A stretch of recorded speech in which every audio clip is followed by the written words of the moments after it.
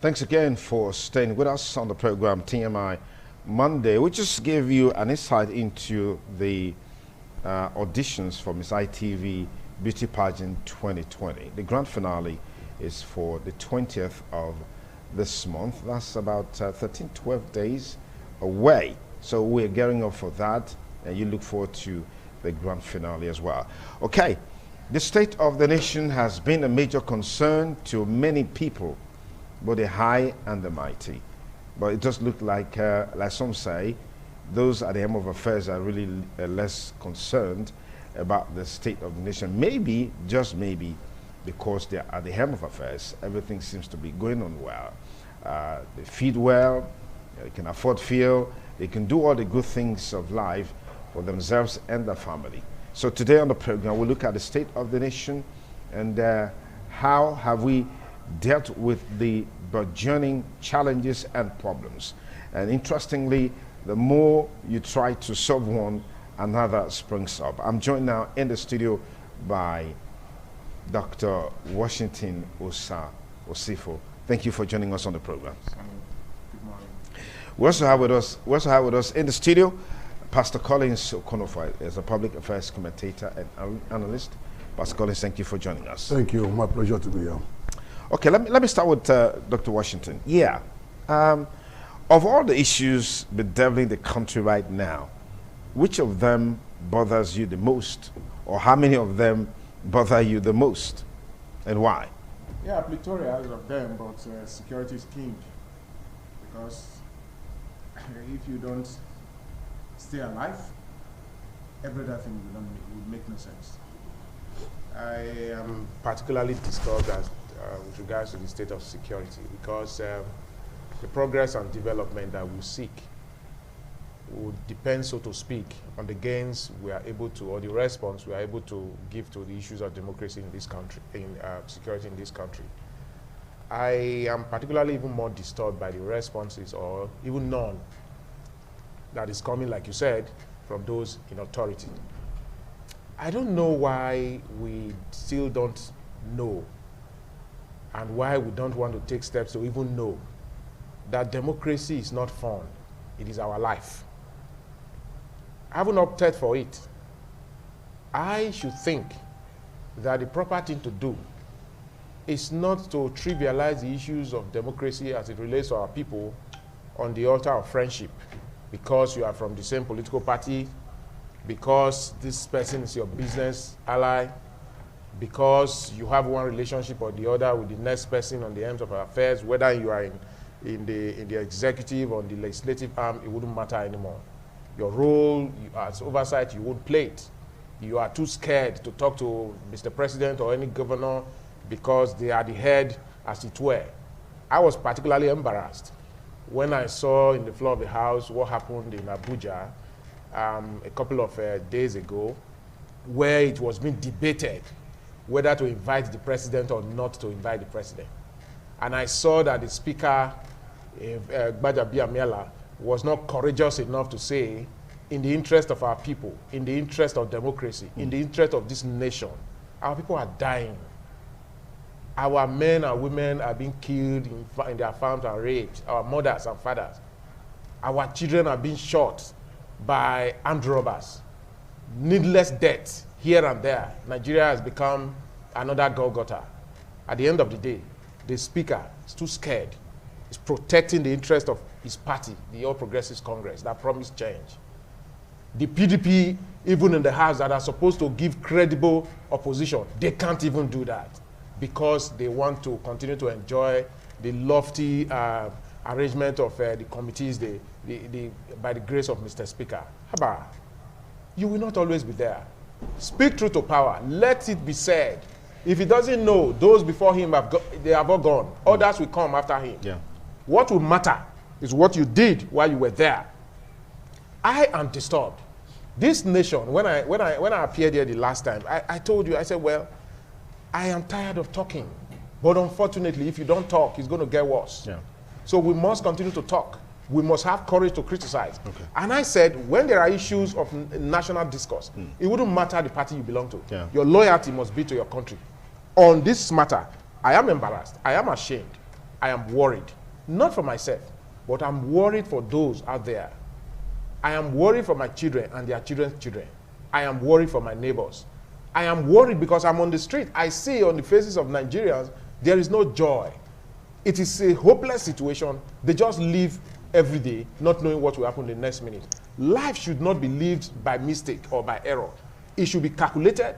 Your life expectancy ratio can always be you can stagger a guess and you will not be wrong. But unfortunately, you wake up this morning, you go out after praying, you don't know when you are going to return. This is the state of this nation. Okay. And the leadership of this country, or various states, they are doing nothing about it, and it's very embarrassing. Let me pause it there. Pastor Collins, give us your perspectives on, let's begin with security, because that's a major talking point as we speak. What are the issues that bothers you the most as far as security is concerned, and what do you make of the approach to dealing with these issues? As a matter of fact, that's my, incidentally, is my major area of concern as well. The approach of leadership to the problems bedeviling this country are very worrisome.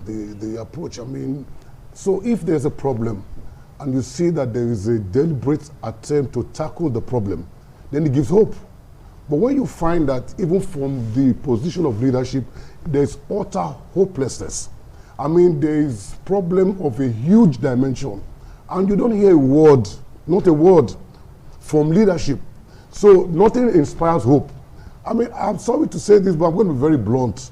The Buhari leadership of this nation has failed Nigeria.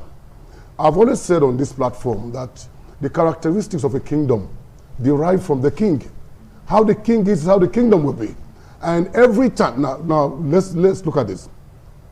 Nigeria has experienced recession in the history of this country 3 times. Once in 1983, once in 2016 or so, and now again. And who has been the leader of the country in all of those 3 times? The same person, Buhari. All right? The security situation, which we all hoped will become better by reason of enthroning a former army general, a former head of state. They will believe that the security situation will become better. Now it has gone completely worse. The people of a certain part of this country have to pay tax to Boko Haram. Look at what they said, what the president said through his spokesman, Shehu Gaba, whatever is his name, that the farmers who were killed ought to have obtained permission before they went to their farm. What does that mean? That Boko Haram is in charge, that they ought to have obtained permission from Boko Haram. Come on, this is terrible. Not permission, let's not twist it, Pastor Collins. Not permission from Boko Haram. Permission, clearance from the security forces. So what does that say? That place was safe for them to go to. Yeah. What does that say? That we're in a terrible situation where a man has to obtain permission from police to go to his farm. How worse can it get? How worse can it get? And we are looking at a situation where we are under the leadership of a former army general, all right, who ought to know, I mean, what to do. And now, what do you hear from him? Nothing. All you get is that he blames the farmers. Why did you go to your farm? Why did you go to your farm? How worse can it get, for God's sake?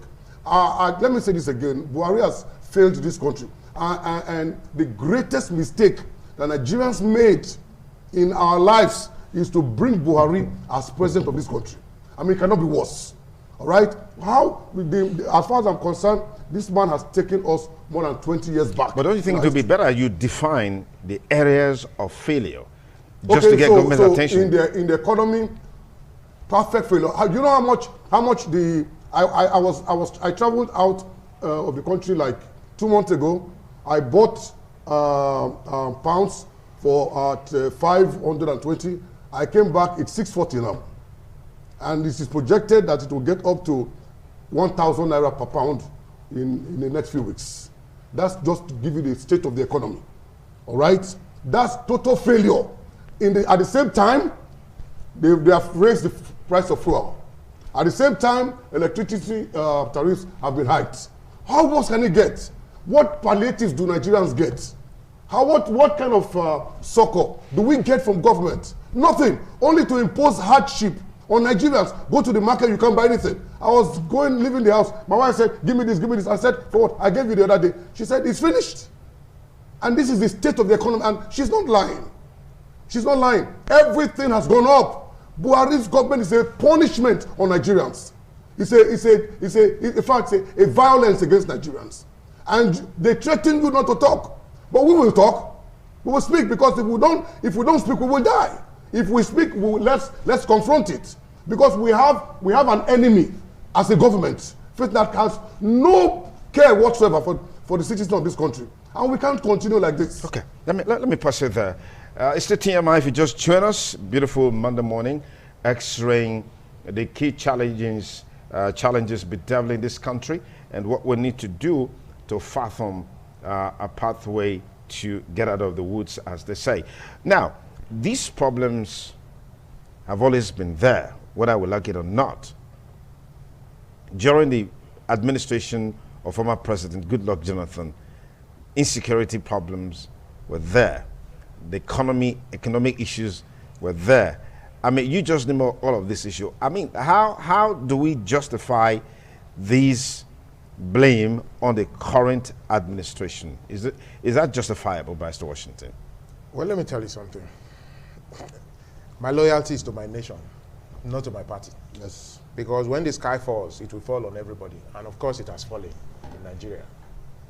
I'm embarrassed, and I'll continue to say that. If you must be my friend, you must walk with the oath we have taken. And if you depart from the ways, I will condemn you. The reason why I condemn you is not because I hate you. It is because I want to whip you to the line so that you don't embarrass me and the entity I belong to, which in this case is the All Progressives Congress. Now, the only deviation I will take is that I will not hinge it on the doorstep. I'm discussing like a nationalist, not as a party man. I will not hinge it on the doorstep of Buhari, who is also to provide leadership at the nation. As a sub-national government, I will add all the state governors, particularly, and even Edo inclusive. Because the reason why we continue to fail is because we do not distinguish and know when to lump all of them together. Those we have given our trust to lead us, they must be ready to be criticized, such that we can continue to have life and have it in abundance. Now, a king that demands loyalty and does not want to give anything in return will wait forever, because it will not come. Now, for me, it cannot be excused that we came to power on the mantra of change. And Nigerians voted because they were tired of PDP and the Jonathan-led administration. We wanted, we will make economy better. We will make security better. I mean, 4 years later, 6 years later, nothing meaningful has changed. It has not made Washington and his family better. My neighbors, my environment, my local government, my ward, my unit is still what it used to, what it had always been. And in fact, it's even deteriorating. Now, I would blame Governor Godwin Obaseki for the environment given to him, in this case, Edo State. I will blame President Buhari for the Federal Republic of Nigeria. I will blame any governor that is allowing their people to be killed just like that. I was in Abuja a few days ago. I have never been so pained when I watched a little girl who went out for daily bread, a POS merchant. And at the end of the day, she was killed in cold blood. That girl couldn't have hurt anybody. Yeah. Even with a knock on her head, whatever you wanted to collect, you would have been able to collect. They went ahead. Even without a knock? I am telling you, no, just to take it that far. Yeah. They killed that girl. When I watched her face down in a pool of her blood, I said, Jesus, people, what is this?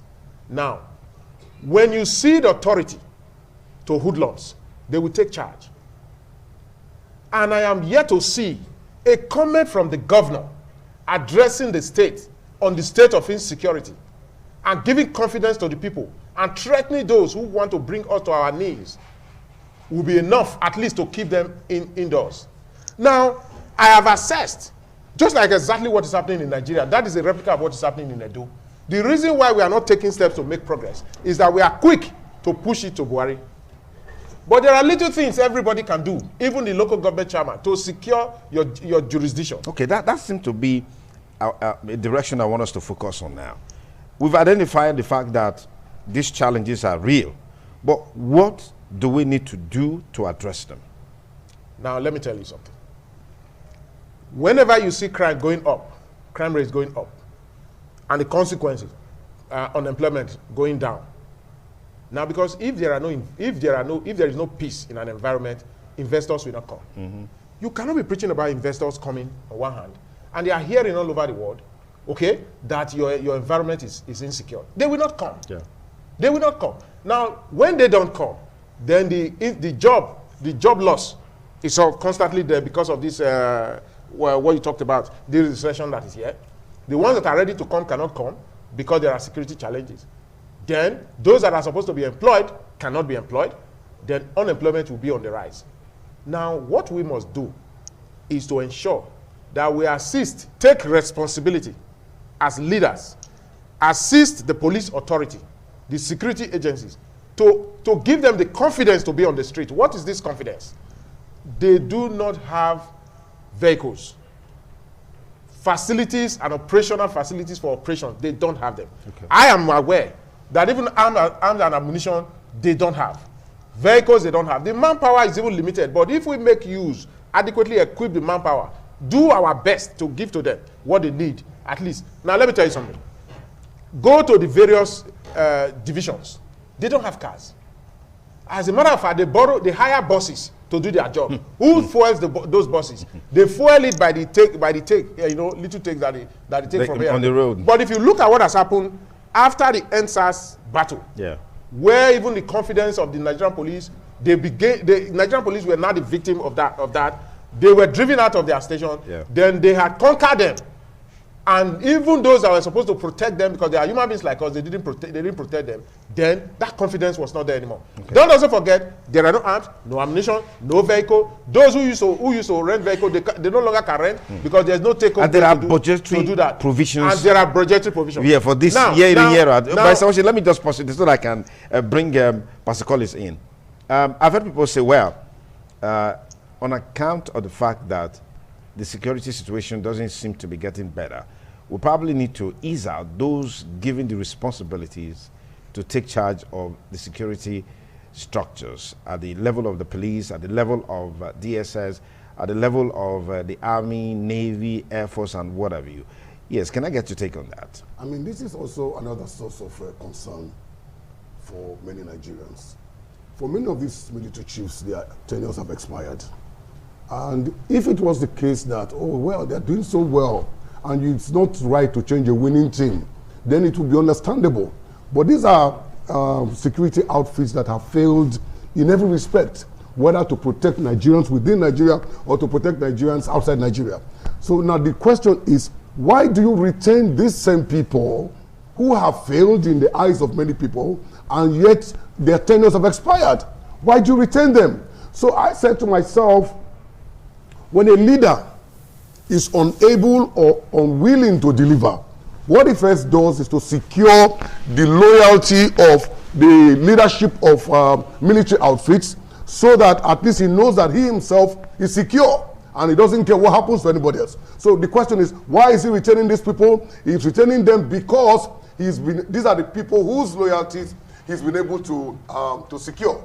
And this is very worrisome indeed, because it obviously shows that this man has no concern whatsoever for the welfare or the security of Nigerians. Nigerians are dying in their hundreds and thousands everywhere across the nation. And yet, you would think that what the military needs to do, or the head of state needs to do, is to rejig the security apparatus of the country.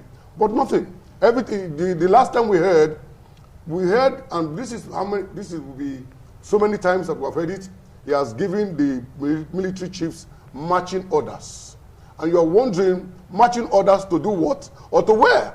What's he doing? All right, because what we see is the same thing. And then when anything happens, they will tell you that they will leave no stone unturned. All right, in ensuring that the culprits are apprehended and justice is served. And what do you mean by that? In fact, my wife used to sing the song, "We will leave no stone unturned."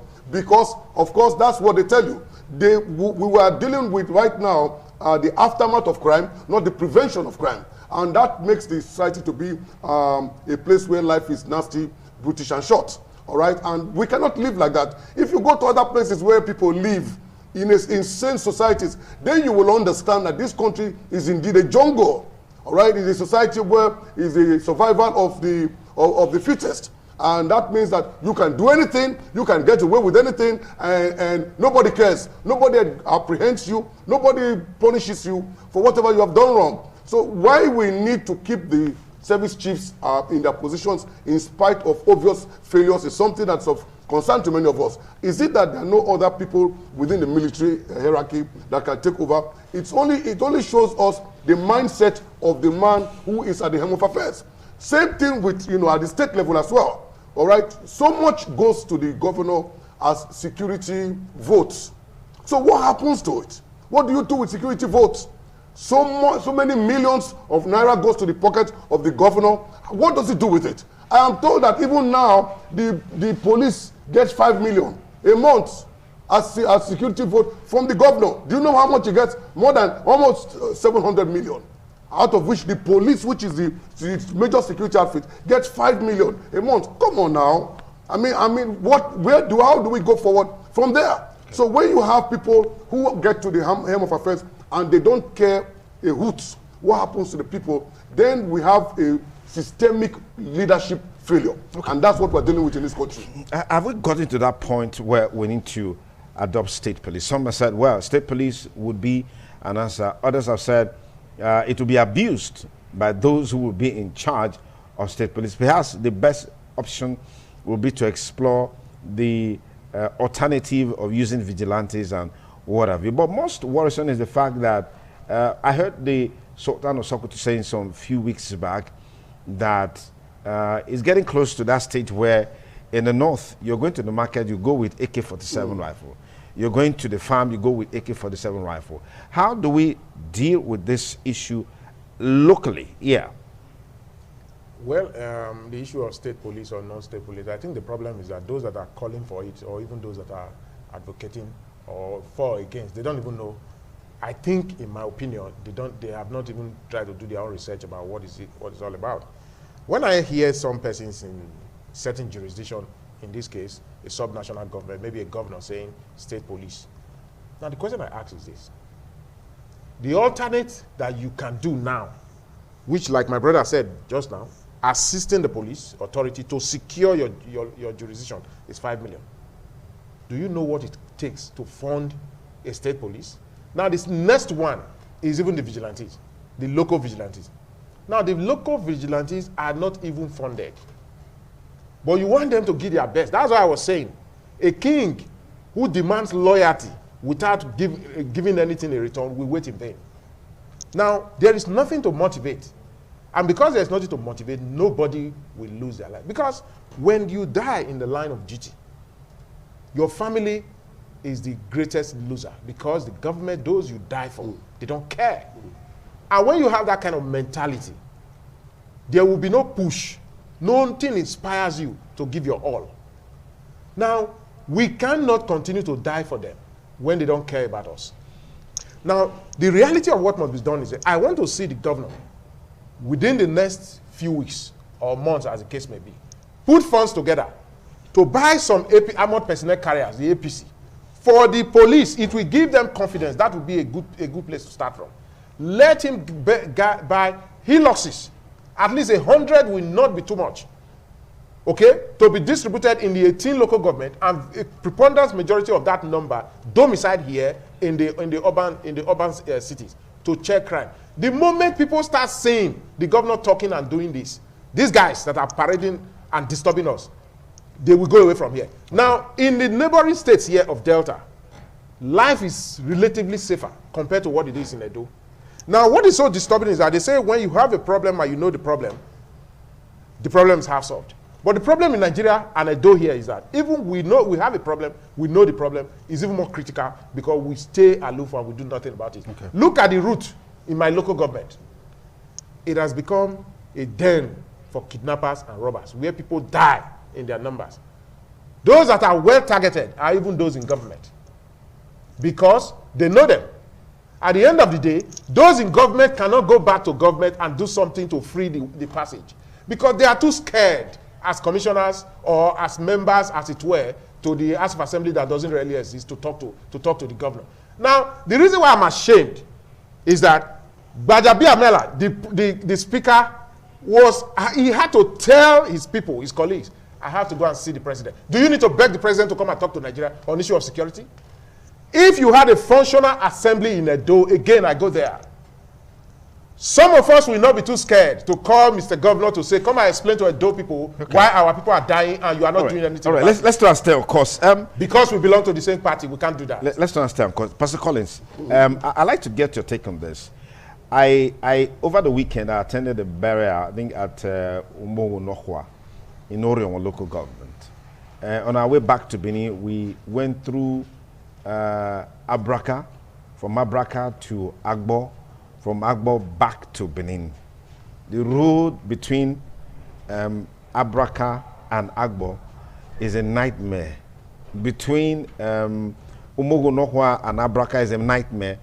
Benin to Agbo to Benin is a nightmare. Wow. What do you make of this as a major challenge in the insecurity that we're witnessing now? The road between Benin and Ekboma is a nightmare. In fact, all the way up to Abuja is a nightmare. What? Because if you look at it, there is a nexus, you know, in all of these discussions that we're having. Insecurity, poor road infrastructure, banditry, Boko Haram, Fulani herdsmen's attack, and what have you. You know, I told you that I traveled recently, and so when I was living in Benin, so I went to Lagos by air. Much as I needed to travel by road because I wanted to take my car to Lagos. But everybody was like, don't travel by road, don't travel by road. So I traveled by air. The airfare was about 28,000. Now when I came back a couple of days ago or so, the airfare was 99,000. Same flight, same route, 99,000. Everybody's scared to travel by road. So the roads have been possessed by criminals. Jesus Christ. That gives you the state. And I was like, oh no, I can't pay this. I'll go by road. Everybody's like, don't try it. Don't go by road. Okay, now I came back. I had already paid the fare, Arik Air. And when I got to the airport, they said Arik Air was on strike. So now I couldn't travel by I had to come by road. My wife said, you go, I would not join you. That shows you the state of it. Everybody was like, why don't you stay? Why don't you stay? Don't travel by road. Okay, I risked it. And then you find that the road was like, now you were traveling in a war-torn country. So just all over the place. And like, everybody's in a state of fear. This is the state in which Buhari has put this country.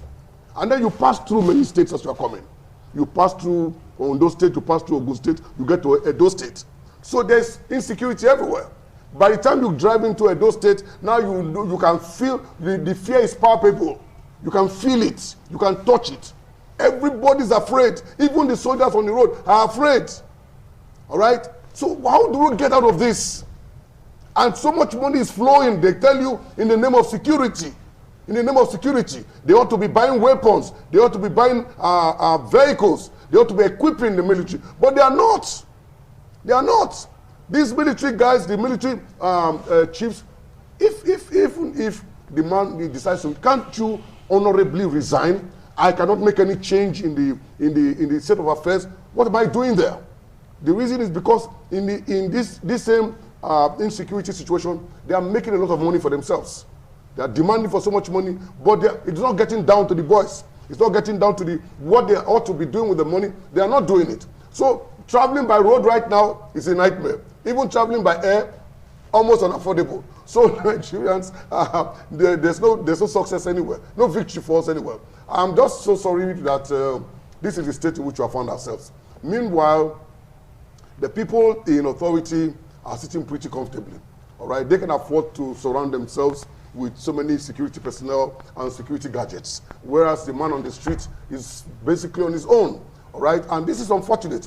So now, what it comes back to is that, I have said this, that Nigerians should pay much greater attention to the means by which government officials come into power.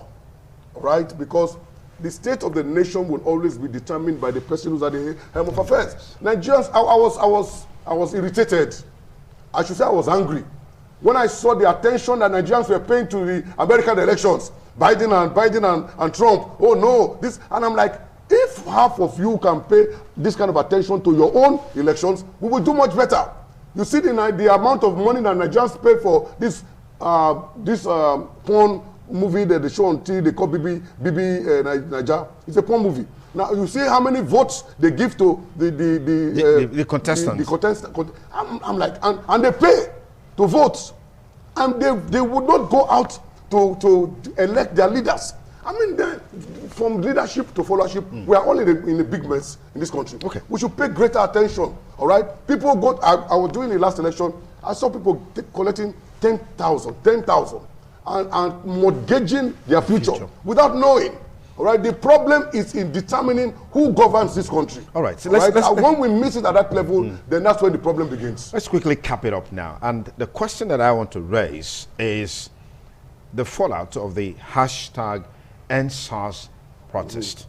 On social media, we've seen some posters where people are saying, well, phase 2 of hashtag #EndSARS protest. Mr. President has also come out to say it will not tolerate another hashtag #EndSARS protest.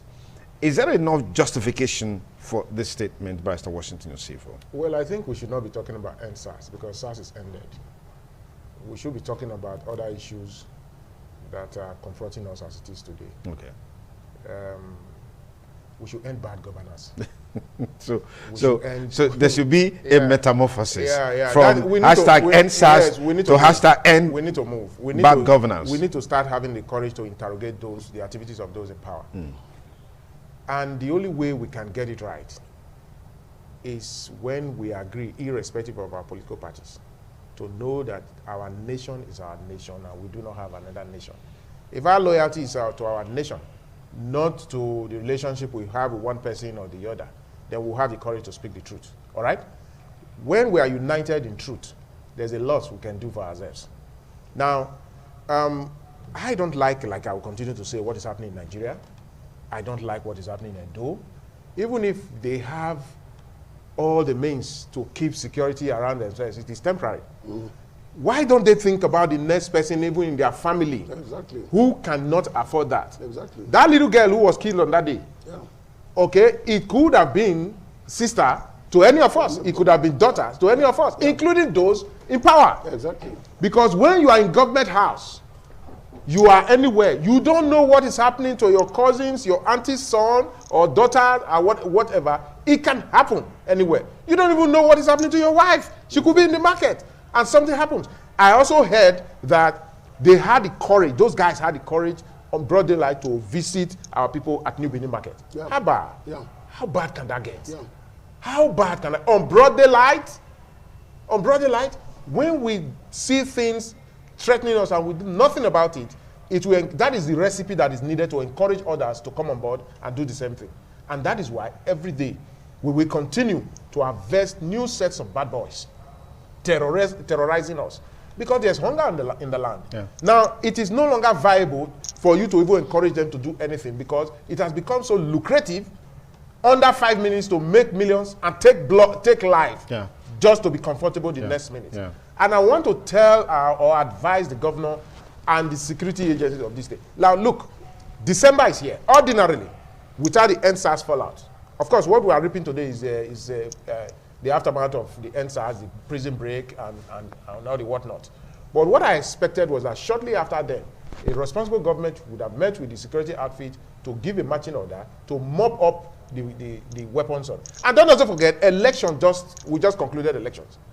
Election is a season, irrespective of any political party, where they tend to make friends with even the bad boys. They become willing weapons and willing tools to them. And after election, they abandoned these boys together with whatever was given to them, and they go and fend for themselves. Now, quickly following that was an #EndSARS that had prison break and the looting or breaking into the armories, and they made away with a critical weapon of mass destruction, and it is still, as we speak today, in their possession. A combined effect of both is that we have to kneel down on our knees, okay? Not praying to God, that is not what we are doing. In fear, not knowing what will happen in the next minute.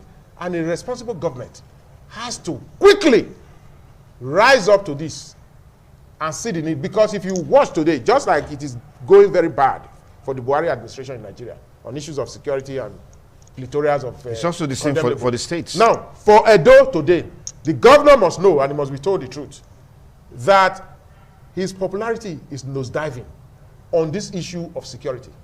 If he's a man who cares for his integrity, for his public relations with people, and what tomorrow's bring on his table, he must know, and he must be told the truth, that if election was done again today, he would lose, he would have lost. The reason is that if Edo people voted for you because they believe that you can protect them, please, don't say that this is second tenure. The irreducible minimum is to say thank you to them. It is too early in the day to abandon them for armed robbers to be killing them just like that. Okay, let me proceed there. Yes, Pastor Collins. Yeah, the possibility of another protest. From the word go, well, I had an understanding, or should I say sympathy for the NSAS movement. But I always had a fear concerning that movement, that it would lead to where we find ourselves now. For many reasons, the NSAS movement was one that had no clear focus. If you had 5 groups of people, you would ask them, what are your desires, what are your expectations? They will give you 5 different sets of expectations, all right, or demands, all right? And number 2, they didn't have a clear leadership, all right? So anybody could tell them to do whatever. And so that situation was something that had a very predictable outcome. All right, you knew that it would lead to chaos. So when they said that they were infiltrated by hoodlums, and I said to them, what was the difference between the protesters and the hoodlums? Which set of people were the real protesters, and which set were the hoodlums? The hoodlums were those destroying, those looting and destroying. Good. So I mean, the protesters put on uniform, and the hoodlums had a different set of uniform. So they were all the same, all right, as far as everybody was concerned. And then by the time they started to break into police stations, begin to harm police people, I mean, that was going beyond the boundary. And then that's where we find ourselves now. Absolutely. All right, and it's so damning and it's so terrible. Absolutely. All right, a situation where it seemed as if the police had gone on strike. I mean, everybody was left to himself, and that's where we are now. Today. And that's so unfortunate. Absolutely. I don't think we should have another NSAS protest. If we're going to have a protest, it should be a well-defined protest whose outcome can be predicted, all right, and whose demand is definable. All right, you can define the demand. Know that this is what we demand, and this is what will take us off the street. NSAS did not tell you anything. When people said NSAS, government said, okay, so we have ended SARS.